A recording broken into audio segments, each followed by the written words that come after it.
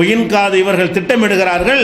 இல்லை எஃப்தீன் உனக்கு அணில்லது அவுகைனா இலைக்க, நாம் உனக்கு எதை வகையாக அறிவித்திருக்கிறோமோ அதில் குழப்பத்தை ஏற்படுத்துவதற்கு திட்டமிடுகிறார்கள். லி தஃப்தரி அலைனா கைரகு, இது அல்லாத வேற ஒன்றை நீ இட்டுக்கட்டி சொல்வதற்காக, என் பெயரில் இட்டுக்கட்டி சொல்வதற்காக வேண்டி உன்னை உசுப்பி விடுகிறார்கள், உன்னை தூண்டி விடுகிறார்கள். ஓ இதல் லத்தகதுக்க ஹலீலா, அப்படி நீ செய்திருந்தால் உன்னை ஹலீலாக உற்ற நண்பனாக ஆக்கியிருப்பார்கள்.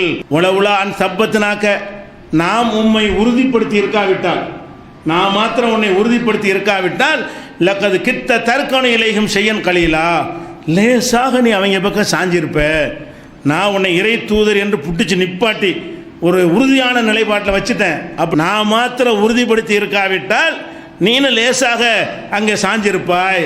சாஞ்சா என்ன ஆகும் தெரியுமா? இதெல்லாம் அதற்குனாக்கள் லேஃபல் ஹயாத் லேஃபல் மமாத், இந்த உலகத்தில் வாழும்போது ரெட்ட தண்டனை, மரணத்தில் நேரத்தில் ரெட்ட தண்டனை கொடுத்துருப்பேன். மற்ற ஆளுக்கு ஒன்றுண்டா உனக்கு ரெண்டு கொடுத்துருப்பேன். லேசாக சாயிருக்கு நீ முயற்சி பண்ணேன், நான் தடுத்து நிறுத்திட்டேன். சாஞ்சி இருந்தால், அவங்க சொல்லதை கேட்டு நான் சொல்லாத ஒன்றை மார்க்கம் என்று நீ சொல்லி இருந்தால் இருமடங்கு தண்டனை, இந்த உலகத்திலையும் இருமடங்கு தண்டனை உனக்கு இருக்குது, தந்திருப்பேன். மரணத்திற்கு பிறகும் இருமடங்கு தண்டனை தந்திருப்பேன். சும்மலா தஜுதுலக்க அலைனா நசீரா, பிறகு உனக்கு உதவி செய்கிற யாரையும் பெற்றுக்கொள்ள மாட்டாய். நான் முடிச்சு தண்டிக்கிறேன்னு முடிவெடுத்துட்டா உலகம்லாம் உன்னை காப்பாற்ற வருமா? யாராச்சும் காப்பாற்றிடுவாங்களா? இவ்வளோ கடுமையாக சொல்கிறான்ல. அப்போ நபிகள் நாயகம் ரொம்ப சிரமமான நேரத்தில் பணி செஞ்சுருக்கிறாங்க. செய்யும் பொழுது தான் என்ன செய்கிறாங்கன்னு கேட்டால், இது அல்லாத ஒன்றை சொல்வதற்கு நம்ம தூண்டுவாங்க. ரசூல் ஸல்லல்லாஹு அலைஹி வஸல்லம் அவர்களை அல்லாஹ் தூதராக நியமிக்கிறான். தூதராக நியமிக்கும் பொழுது உலக தூதராக ஆரம்பத்தில் நியமிக்கலை. முதல்ல என்னது, நீ நீ ஓதிக்க, நீ தெரிஞ்சிக்க அப்படிங்கிறது கட்டளை வருது. மக்களுக்கு பிரச்சாரம் செய்ய சொல்லி கட்டளை வரல. அப்புறம் என்ன கட்டளை வருது, நெருங்கிய சொந்தக்காரங்களுக்கு சொல்லு. நெருங்கிய சொந்தக்காரனை மட்டும் அப்போதைக்கு நபி. அதுக்கப்புறம் மக்காவாசிக்கெல்லாம் சொல்லணுன்னு அப்புறம் கட்டளை வந்துச்சு. அப்போ தான் மக்காவுக்கு நபி. அப்போ தான் சுற்றி உள்ள ஊருக்கெல்லாம் சொல்லணுன்னா அப்போ அப்படி கட்டளை அப்படி விரிவாகிட்ட வந்து தான் பிறகு உலக தூதர் ஆகுறாங்க. இப்போ ரசூல் ஸல்லல்லாஹு அலைஹி வஸல்லத்துக்கு முதல் கட்டளை எங்கே வருதுன்னா, சொந்தக்காரங்களுக்கு மட்டும் சொல்லு. நபி ஆகிட்டீல, நீ உன் குடும்பத்தாரை பூரா கூப்பிடு, உறவினரை பூரா கூப்பிடு, கூப்பிட்டு வச்சு இந்த மார்க்கத்தை சொல்லு அப்படின்னு அல்லாஹ் முதல் கட்டளை பிரச்சாரம் செய்கிறதுக்கான வந்து ரஷீரத்தக்கல் அக்ரபீன், உம்முடைய நெருங்கிய சொந்தக்காரங்களுக்கு எச்சரிக்கை பண்ணுவாயாக என்ற கட்டளை இறங்குது. இறங்கின உடனே ரசூல் ஸல்லல்லாஹு அலைஹி வஸல்லம் என்ன செய்கிறாங்கன்னா, எல்லாத்தையும் கூப்பிட்றாங்க.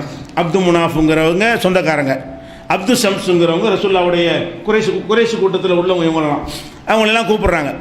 சில பிரமுகர்களை பேரை சொல்லியும் கூப்பிட்றாங்க. எப்படி கூப்பிட்றாங்க? உதாரணமாக ரசூலுல்லாஹ்வுடைய பெரிய பாப்பா அப்பாஸ் இருக்கிறாரு. அப்பாஸ் இப்னு அப்துல் முத்தலிப், அப்துல் முத்தலிபுடைய மகன் அப்பாஸ் அவர்களை இங்கே வாங்க கூப்பிட்றாங்க. நெருங்கிய உறவினருங்கிற முறையில் கூப்பிட்றாங்க. கூப்பிட்டு என்ன சொல்கிறாங்கன்னு கேட்டால், லா உகுனி அன்க மினல்லாஹி ஷையா, அல்லாவிடமிருந்து உங்களை நீங்கள் எங்கள் பெரியாப்பா தான் காப்பாற்ற முடியாது.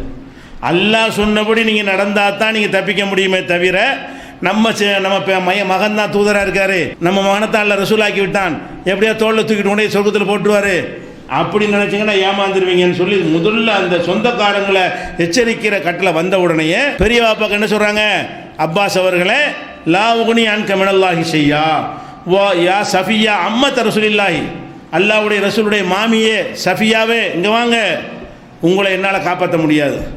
அல்லாஹ்வுடைய கட்டளை கட்டுப்பட்டு நீங்கள் நடந்தாலே தவிர என்னுடைய உறவு முறை உங்களை என்ன செய்யாது, மறுமையில் காப்பாற்றி விடாது அப்படிங்கிறாங்க. அப்புறம் மகளை கூப்பிட்றாங்க, யா ஃபாத்திமத்த பின்த் முகமது, முகமதுடைய மகள் ஃபாத்திமாவை இங்கே வா, சலி மாஷீத்தி மிம்மாலி, என்னுடைய சொத்துக்களில் என்ன வேணும்னு கேள்வி தர்றேன். ரசூலுல்லாஹ் பணக்காரால் தானே, தூதராகும்போது ஊரில் பெரிய செல்வந்தர் அவங்க தான். சலி மிம்மாலி மாஷீத்தி, இதோருக்கு சொத்துக்கள் என்ன வேணும் எல்லாத்தையும் வேணாம் தர்றேன், எடுத்துக்க. ஆனால் லாவுகுனி அன்கி மினல்லாஹி ஷையா, அல்லாஹ்ட்ட ஒன்றும் பண்ண முடியாது, நீ நல்லபடியாக நடந்துக்க. இந்த மார்க்கம், நான் சொல்லக்கூடிய இந்த மார்க்கத்தை சொல்லிவிட்டு இந்த மார்க்கத்துக்கு எஜமான் நான் இல்லைன்னு சொல்கிறாங்க. இந்த ஏகத்துவ லா இலாஹ இல்லல்லாஹ் கலிமாவையெல்லாம் சொல்லி அல்லாஹ்வை தான் வணங்கணும்னு சொல்லி இந்த மார்க்கத்தை நீங்கள் ஏற்றாதான் வெற்றி பெறுவீங்கன்னு சொல்லிவிட்டு என்ன சொல்கிறாங்க, தூதர் நம்ம மகன் தூதராயிட்டாரு, நம்ம பாப்பா தூதராயிட்டாருன்னு நினச்சிடாதீங்க. இது மார்க்கத்துக்கு அல்லாஹ் சொந்தக்காரன், நான் உங்களை ஒன்றுமே பண்ண முடியாது. நான் அந்த செய்தி எடுத்து சொல்ல வந்தவன் தானே தவிர மார்க்கத்தின் அதிகாரி இல்லை என்பதற்கு தான் பெத்த மகளுக்கு சொல்கிறாங்க. அப்போ உங்களை காப்பாற்ற முடியாது. இது புகாரியில் 2753வது ஹதீஸாகவும் 4771வது ஹதீஸாகவும் இடம்பெற்றிருக்கிறது. பெத்த மகளே காப்பாற்ற முடியாது. எதுக்கு சொல்கிறாங்க? மார்க்கம் அல்லாஹ்வுக்கு சொந்தம், எனக்கு ஒன்றுமே பண்ண முடியாது, அதிகாரம் கிடையாது. அதை சொல்கிறதுக்கு தான் சொல்கிறாங்க. இதை விட கடுமையாக இப்படி இந்த ஒரு ஹதீஸே போதும். அதாவது மனிதர்களுக்கு அதிகாரம் இருக்குது, அவுலியாக்களுக்கு அதிகாரம், பெரியார்களுக்கு அதிகாரம் நினைக்கிறாங்களே, இவங்களுக்கெல்லாம் இந்த ஒரு ஹதீஸ் போதும். நபிகள் நாயகம் ஸல்லல்லாஹு அலைஹி வஸல்லமுடைய உஹது போரில் அவங்களுடைய பற்கள்லாம் உடைக்கப்பட்டு, உங்களுக்கு தெரியும், கடவாய்ப்பெல்லாம் உடைக்கப்பட்டுச்சு. அப்படியே அந்த வாள் உள்ளே போய் பொழந்துருச்சு. அவ்வளோ பெரிய கடுமையான காயம், ரத்தம் பீரிட்டு அடித்து மூர்ச்சையாகி விழுந்துடுறாங்க. அந்த அளவுக்கு கடுமையான வேதனைப்பட்டு ரசூலுல்லாஹ் மூத்தா போயிட்டாங்கன்னு செய்தி பரவுற அளவுக்கு அந்த வெட்டு எப்படின்னா முடிஞ்சு கதை சரியான இடத்துல போட்டேன் அப்படின்னு சொல்லி எதிரிகள்லாம் போய் பேசி முகமது காலி ஆகிட்டார்னு பேசுகிற அளவுக்கு பலமான வெட்டு அது. அந்த பலமான வெட்டில் மயங்கி சாஞ்ச பிறகு தண்ணி தெளித்து இந்த சாம்பல்லாம் வச்சு கட்டிக்கிட்டு ரசூலுல்லாஹ் எந்திரிச்ச உடனே என்ன செய்கிறாங்கன்னு கேட்டால் அவங்களுக்கு ரத்தத்தை தொடச்சிக்கிட்டே சொல்கிறாங்க, நல்ல காரியத்தாண்டா அவங்கள கூப்பிட்றேன், ஒரு நபியுடைய மூஞ்சில் போய் ரத்த சாயத்தை புசித்தீங்கள, நீங்கள் எப்படி வெற்றி பெறுவீங்கன்னு கேட்குறாங்க. போர்க்களத்தில் வேதனை தாழ முடியாமல் ஒரு நபியின் முகத்தில் இரத்த சாயத்தை பூசியவர்கள் எப்படி வெற்றி பெறுவார்கள்? கைஃப யுஃப்லிஹு கௌமுன் சஜ்ஜு வஜ்ஹ நபியிஹிம் பித்தமி, நபியுடைய முகத்தில் இரத்த சாயம் பூசியவர்கள் எப்படி வெற்றி பெறுவார்கள்? இப்படி ஒரு வார்த்தையை சொல்கிறாங்க. இது யாருக்காவது சாதாரண விஷயமாக தான் தெரியும், இதில் ஒரு மேட்டரே தெரியாது. ஆமாம், ரத்த காயத்தை பூசினா கோபத்தில் சொல்கிறது தானே. நம்மளை ஒருத்தர் அடிச்சிட்டான்னு வைங்களேன், என்னை அடிச்சிட்டலடா நீ எப்படி உருப்படுற பார்ப்போம், நம்ம சொல்ல தானே செய்வோம். அது மாதிரி நம்மளை ஒருத்தர் ஏமாத்தினான்னு வைங்களேன், ஏமாத்திட்டீங்கள நீ எப்படி இருக்குன்னு பார்க்குறேன், நீ எப்படி முன்னேறன்னு பார்க்குறேன், நல்லா இருப்பியான்னு பார்க்குறேன்னு சொல்கிறோம்ல. இதெல்லாம் சாதாரண மனிதன் சொல்கிறான், இதுவே சொல்லக்கூடாது மார்க்கத்தில். இருந்தாலும் சாதாரண மனிதன் சொன்னால் அது கணக்கு. இப்போ ரசூலுல்லாஹ் என்ன செய்கிறாங்கன்னா, எனக்கு ரத்த சாயம் பூசிட்டீங்கள நீ எப்படி ஜெயிப்ப? போர் நடந்துக்கிட்டு இருக்குங்க, அந்த போரில் உங்களை ரசூலுல்லாஹ் அடித்த காரணத்தினால அவங்க ஜெயிக்க மாட்டாங்க அப்படிங்கிற அர்த்தத்தில் ரசூலுல்லாஹ் சொல்லிடுறாங்க.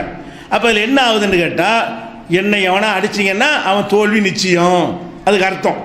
என்னை எவனா அடிச்சிங்கன்னா எனக்கு ரத்த சாயத்தை பூசினீங்கன்னு சொன்னால் நீங்கள் ஜெயிக்க முடியாது. இதை யார் எடுக்கணும் இந்த முடிவை? ஒருத்தர் ஜெயிப்பாரா ஜெயிக்க மாட்டாரா போர்லங்கிறது யார் எடுக்கணும்? அல்லாஹ் எடுக்கணும். அல்லாஹ் நாடினால் நபியை அடித்தவங்களுக்கு வெற்றியை கொடுக்கவும் செய்வான், அல்லாஹ் நாடினால் நபிக்கு வெற்றியை கொடுப்பான். இதை முடிவு அல்லாஹ் தான் எடுப்பானே தவிர நபி அடித்தவன்லாம் சோத்தா போயிட்டான். கடந்த நபிகள் நாயகம் காலத்துக்கு முன்னாடி எத்தனை நபிமார்கள் வந்தாங்களே, அவங்கள கொலையெல்லாம் பண்ணாங்களே. அப்போ நபிமார்கள் அடித்தவர்கள்லாம் தோற்று தான் ஆவாங்கன்னு ஏதாவது இருக்கா? அது மறுமையில் தான். நபிமார்களுடைய உழைப்புக்கான கூலிகள் எல்லாம் மறுமையில் கிடைக்கும். இந்த உலகத்தில் வெற்றியும் கிடைக்கும், தோல்வியும் கிடைக்கும். இது ஒரு அளவுகளே கிடையாது. நல்லவனுக்கு தோல்வியும் வரும், கெட்டவன் ஜெயிக்கவும் செய்வான். இந்த உலகத்தில் மாற்றியும் நடக்கும். ஆனால் ரசூல் ஸல்லல்லாஹு அலைஹி வஸல்லம் பண்ணிட்டாங்கன்னு கேட்டால், இதை சொன்ன உடனே இந்த வார்த்தையை சொல்லிட்டாங்க. உடனே ஒரு வசனம் வருது, ஃபஅன்ஸலல்லாஹு தஆலா, அல்லாஹ் இறக்குறான், லைஸ லக மினல் அம்ரி ஷைஉன், அதிகாரத்தில் சிறிதளவும் உனக்கு இல்லை. எந்த நேரத்தில் வேதனை தாங்க முடியாமல், அடி தாங்க முடியாமல், ரத்தம் வலிஞ்சிக்கிட்டு இருக்கும்போது, ஏண்டா நபி முகத்தில் ரத்த சாயம் பூசினீங்களடா எப்படா உருப்பிடுவேன்னு ஒரு வார்த்தை கேட்டாங்க. இந்த நேரத்தில் வேதனையிலான சொல்கிறாங்க ரசூலுல்லாஹ், வேதனை தாங்க முடியாமல் தானே சொல்கிறாங்க, நம்ம தூதர் தானே, திட்டமிட்டாக சொல்கிறாங்க, உணர்ச்சி வசப்பட்டு தானே சொல்கிறாங்க, அப்படியெல்லாம் எடுத்துக்கிற மாட்டேங்கிறான். என்ன சொன்ன? அதிகாரம் உங்கள் கையில் இருக்குன்னு அப்படி தான் கேட்குறான்ல. அப்போ நீங்கள் உங்களை அடிச்சுட்டா ஜெயிக்க முடியாதோ, நீங்கள் தான் முடிவு செய்வீங்களோ, அப்போ உங்களை அடித்தா தோத்தான் போயிடுவான் அவன். இந்த துணியில் எல்லாம் என்ன செய்கிறான், இந்த வேதனையை பார்க்க மாட்டேங்கிறான். அவனுடைய பவர்னு அதான் அவனுக்கு. அல்லாஹ் பொறுத்த வரைக்கும் அவனுடைய பவர் வந்துச்சுன்னு வைங்களேன், நானா நீனான்ற பிரச்சனைகள்லாம் இறங்கவே மாட்டான். அப்போ இது முடிவு செய்ய நானா நீனா அதாங்க மேட்ரு. எந்த நேரத்தில் சொல்கிற அதெல்லாம் எனக்கு தேவையில்லை, யார் சொல்கிற அதெல்லாம் தேவையில்லை. மேட்ரு என்ன? அதிகாரம் என்னதான் ஒன்று தான். நான் ரப்பா நீ ரப்பா, நான் எஜமானா நீ எஜமானா. இந்த அர்த்தத்தில் அல்லாஹ் சொல்கிறான். இவ்வளோ கஷ்டமான நேரத்தில் வேதனையில் சொல்லும்போது சொல்கிறான், லைஸ லக மினல் அம்ரி ஷைஉன், அதிகாரத்தில் உமக்கு சிறிதளவும் கிடையாது. அல்லாஹ் நாடினால் அவர்களை மன்னிக்கவும் செய்வான், அல்லாஹ் நாடினால் வெற்றியும் கொடுப்பான், இதை நான் தான் முடிவெடுப்பேன்கிறான் அல்லாஹ். இந்த வசனம் 3:128 உள்ள வசனம். இந்த வசனம் இதுக்கு தான் இறங்கியது என்று சொல்லி முஸ்லீமில் 3346 ஹதீஸ் நீங்கள் பார்க்கலாம். அப்போ என்ன விளங்குது? இவ்வளோ கஷ்டமான நேரத்தில் கூட ஒரு விஷயத்தை பற்றி முடிவெடுப்பதாக இருந்தால் அது நம்ம விஷயத்துக்கு தான் நம்ம முடிவெடுக்க முடியும், அல்லாஹ்வுடைய விஷயத்துக்கு முடிவெடுக்க முடியாது. இது யாருடைய முடிவு? ஒருத்தருக்கு வெற்றி கொடுத்தல் என்பது யார் கையில் உள்ளது? அல்லாஹ்வுடைய கையில் உள்ளது. அல்லாஹ்வுடைய கையில் உள்ள விஷயத்தை ரசூல் ஸல்லல்லாஹு அலைஹி வஸல்லம் ஒரு கோபத்தில் சொன்னால் கூட அல்லாஹ் என்ன செய்யறான்னா அதை பொறுத்துக்கிற மாட்டேங்கிறான். இது சரியில்லை, அதிகாரம் எனக்கு தான். அப்போ அதிகாரம் எனக்குத்தான் என்பதில் இவ்வளவு உறுதிப்பாடை அல்லாஹ் காட்டும்போது அந்த மார்க்கத்தில் இருந்து கொண்டு யார் யார் சொல்கிற இப்படி கேட்குறது? எந்த ஒரு ஆதார புஸ்தகத்தில் எழுதினா போதும் மார்க்கம்னு நினச்சிக்கிட்டு இருக்கிறோம். ஏதாவது பயானில் கேட்டால் என்ன செய்கிறது? ஒரு பெரிய தலைப்பா கட்டி ஒருத்தர் பேசிட்டாருன்னு சொன்னால் தலை ஆட்டுறது. என்ன பேசினார்? அதில் குர்ஆன் ஆயத்து ஏதாவது இருக்குதா, அந்த ஆயத்தில் அந்த அர்த்தம் இருக்குதா, அதெல்லாம் பார்க்கணுமா இல்லையா? அப்போ எதை சொன்னாலும் கேட்கக்கூடிய அளவில் நம்ம போய் கொண்டிருந்தோமே. ஆனால் இதை அல்லாஹ் எப்படி எடுத்துக்கொள்வான்? நீங்கள் அல்லாஹ்வுடைய இடத்தில் அவங்கள வச்சதாக தான் எடுத்துக்கிறோம், சாதாரண விஷயமா எடுத்துக்கொள்ள மாட்டான்.